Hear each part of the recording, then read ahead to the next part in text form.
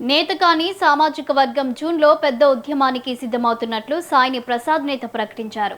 తెలంగాణలో జరిగిన కుల గణనలో తమ సామాజిక వర్గానికి అన్యాయం జరిగిందని ఆరోపించారు.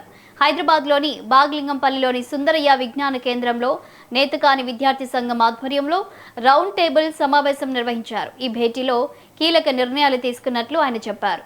గ్రామస్థాయి నుంచి నిరసనలు ప్రారంభమవుతాయన్నారు. జూన్ 3వ వారంలో హలో నేతకాని చలో హైదరాబాద్ మహా కార్యక్రమంగా మారనున్నాయన్నారు.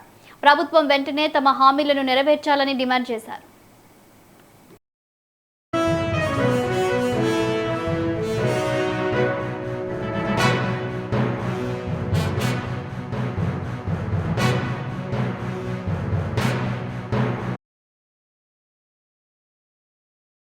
నేతకాని కులంలో జన్మించాను.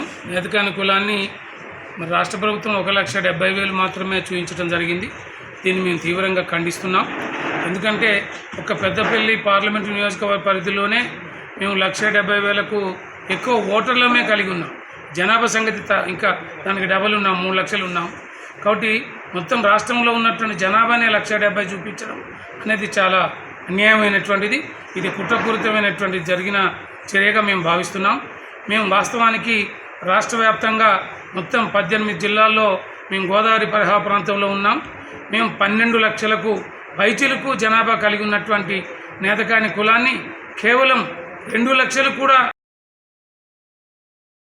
ఏదైతే ఇటీవల రాష్ట్ర ప్రభుత్వం కులాల వారీగా జనాభా గణన చేసిందో ఉత్తర తెలంగాణ ప్రాంతంలో దాదాపు ఈ రోజునటువంటి నాడు ఉమ్మడి 5 జిల్లాలు అయితే ఈరోజు దాదాపు 14 జిల్లాలలో 40 నియోజకవర్గాల్లో ప్రభావితం సామాజిక వర్గమైనటువంటి నేతకాని కులస్తులను, నేతకాని సమాజాన్ని విస్మరించిన రాష్ట్ర ప్రభుత్వం కులగణనలో నేతకాని ఊసే లేకుండా మాలసాలే పేరు మీద 1,70,000 జనాభా ఏర్పాటు ఏదైతే పొందుపరిచిందో దాన్ని యావత్ నేతకాని సమాజంగా ముక్తకంఠంతో వ్యతిరేకిస్తూ దశల వారీగా వారిపైన రాష్ట్ర ప్రభుత్వాన్ని వైఖరిని, రాష్ట్ర ప్రభుత్వం యొక్క నిర్ణయాన్ని వెనక్కి తీసుకోవాలని చెప్పేసి డిమాండ్ చేస్తూ ఏర్పాటు చేసినటువంటి రౌండ్ టేబుల్ సమావేశంలో